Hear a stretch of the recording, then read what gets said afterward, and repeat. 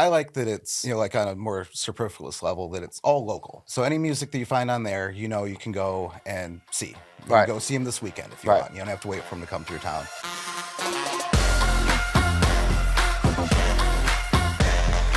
All right, guys. Thanks for joining us on the Elation podcast today, where we enjoy exhilarating euphoria through creation and collaboration. We're here with Joshua Smith today. How you doing, buddy? I'm doing great. How are you? Good. Nice to meet you. You too. Where are you from? I grew up in Michigan, in a small town outside of Detroit. Awesome. Yeah, we love Detroit. Lots of friends from Detroit, and I think a lot of people forget New Orleans and Detroit are connected. Yeah, no, we always have been. Yeah. Like everybody came down from there to found here, and Absolutely. I feel like New Orleans and Detroit have a lot of the same spirit too. Yeah. We love our city. We fight for a city, and we stay there. Yeah. Yep. We're unstoppable. Yeah, unstoppable force. Take care of each other. All that. Absolutely. Where did you go to school? I went to Wayne State. Okay. All right. And then, there's a connection in New Orleans, but what actually brought you down here? I traveled here a few times when I was growing up, and I fell in love, and I got out of college and got here as soon as I could. I got you. Yeah, people down here are they're kind of attached to you.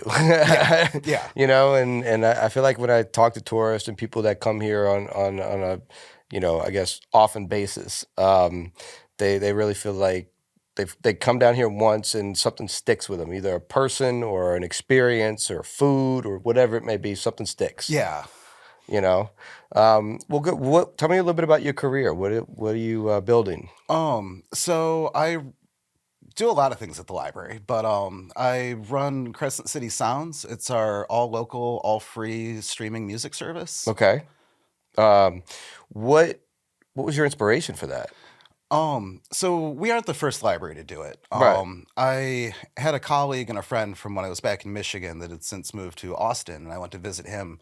And he was just launching Electric Ladyland with Austin Public Library. Okay. And I thought it was really cool. And I thought it was a travesty that we didn't have something like that here in such a wonderful, vibrant music city. I got you. Do you play any instruments? Not in a real way. Okay. When I was younger, I used to play bass in punk bands, stuff like that. I still play guitar here and there, but I got you. Not with anybody, at home when I'm bored. I got you. Is it a love for music that you decided to do that, or it was just...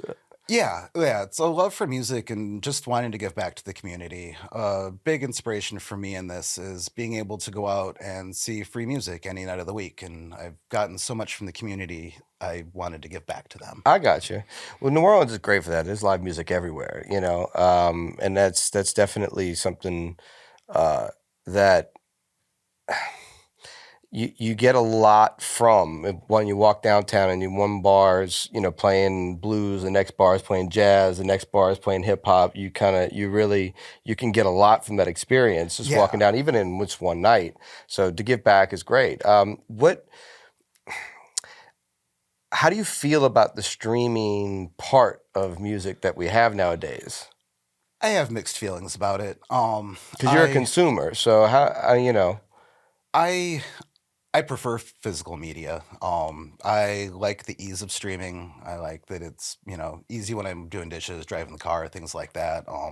Never been a big fan of CDs. I'm not good at taking care of things. So I buy vinyl. That's what I collect. So if I'm going to listen to physical media, it's in a specific time, a specific place, and, So I do like the streaming world. Do you think there's a disengagement from the connection to music when you're not listening to a physical situation? Like if you're not listening to vinyl, because I know, I do have some vinyl myself, and actually I used to DJ with I had Twin Technique 1200s. Sweet. So I definitely understand the vinyl.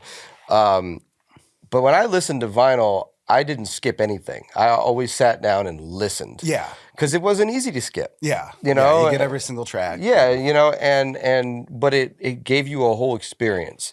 Do you feel like some of that has been forgotten about or disengaged, I guess, from the streaming part? I do think so. There's the whole audio quality thing and all of that, but more than that, what I love about vinyl is the cover art and the liner notes, and even going to CDs and shrinking that down, and now you don't even get to have it in your hand at all. Right. And Yeah, I know. And reading online is not as engaging as having it in your hand, I feel like, and owning it. Yeah. It's like a book, you know. Yeah. I've bought an experience that you guys have recorded that now I understand a little bit more of the story because I have the write up and the things that you guys experienced and wanted to put in there for us, you Yeah. know. Yeah. No, it meant so much more. Yeah, it's really cool. And I love like when you get a double album set Right, and you right. open it up and there's even more art in the Yep. middle and Yep. Or the old Master P albums, you'd open it up and there's a whole poster inside, yeah. you know, Yep. like, you know, it was definitely more to the experience. Yeah. Well, what's your favorite vinyl to listen to? Um God, I go all over the place. I mean, I got a lot of vintage stuff, but I've got Slim Cessna's Auto Club is probably my favorite band that's not from here. Okay. And I got all their stuff on vinyl because they're a small band, so that's what they print everything on, and Okay. Right. Listen, I continue to tell people go back to your trunk sale. yeah, Go back to your yep, trunk sale. You will make more off 100 people than you will off of 10,000 people yeah, in the world. yeah, And it's just it also I feel like will start to engage fans to come to shows, buy more merchandise, engage in other people, bringing other people. Like it truly does grow things properly. yeah, You know, just trying to blow up online is a whole different. yeah, It's a whole different yeah, ball game. yeah. You need to meet people, shake hands, like Yeah, yeah, yeah, absolutely. Why are they going to come experience a show with you if they don't truly engage with you? yeah. You know, Music's about making connection. 100%. What do you think the platform that you built does differently than like a Spotify or an Apple? The big benefit that we have is the narrowness and curation of it all.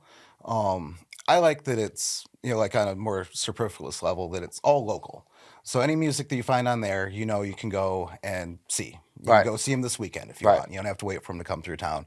But the biggest benefit that we offer over the other streaming services is it's all curated by luminaries in the music community here in town. Okay. So every year we open up the open submission round for 6 weeks in the spring, and I put together a team of musicians, producers, record store owners, people like that, and they're the ones that pick the music. Okay.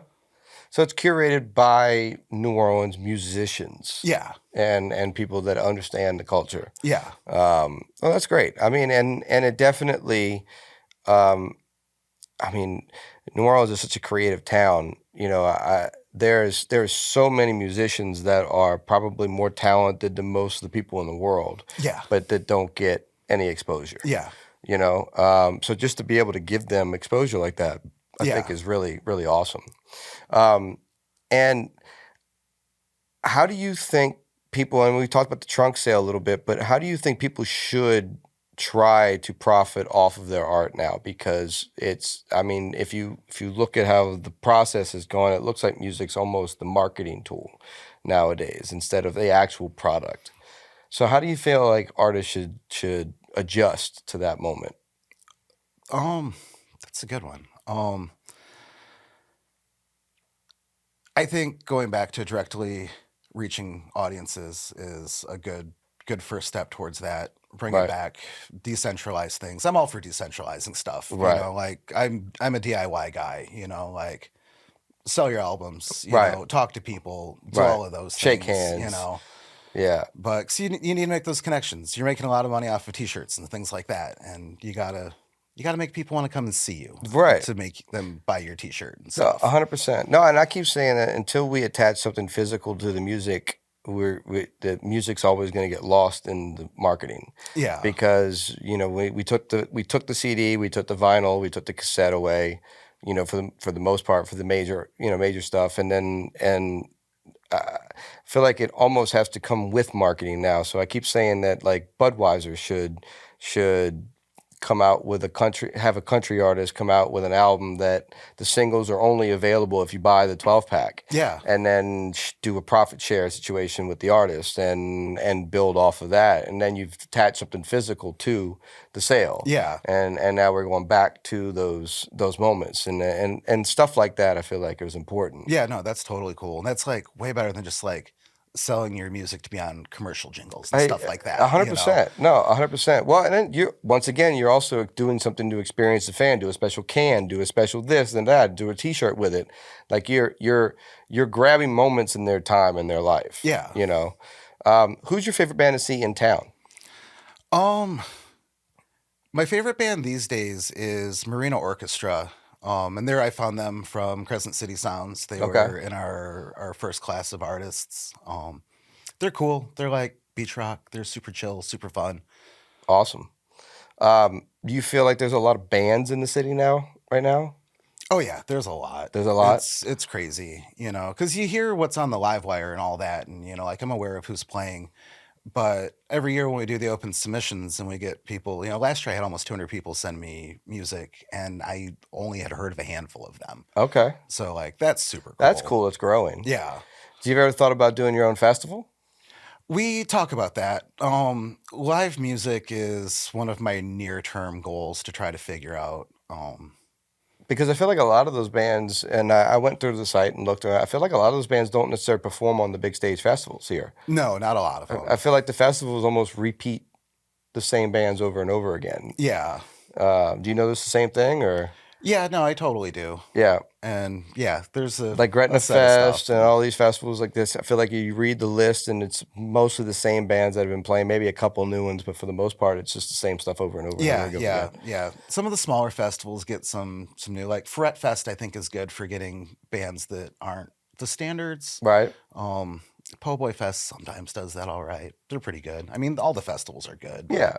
you know, But I mean, if you got that much, if you have that many artists sending music to your page, I would think that you would be able to create a live environment very easily. yeah, yeah, So I feel like that would be fun to do. You yeah. know, even if No, we do it together, I'd love to do something like that'd be that. cool. Yeah, one Yeah. of my dreams is Duncan Plaza Fest. Okay. All right. All right. Well, good. Well, I think that I mean, like I said, that the localized music is something that we have to pay more attention to because the commercial music right now, especially, I feel like is just going off the cliff of creativity. Everything is an algorithm Yeah, or a computer programmed um, pinpoint that they're trying to attack instead of just something that's coming from yourself, yeah. if that makes sense. Um, where do you see the future of your platform going? Live music is a dream. Another dream I have is pressing an album of the tracks, you know, like some of the tracks, you know, Okay.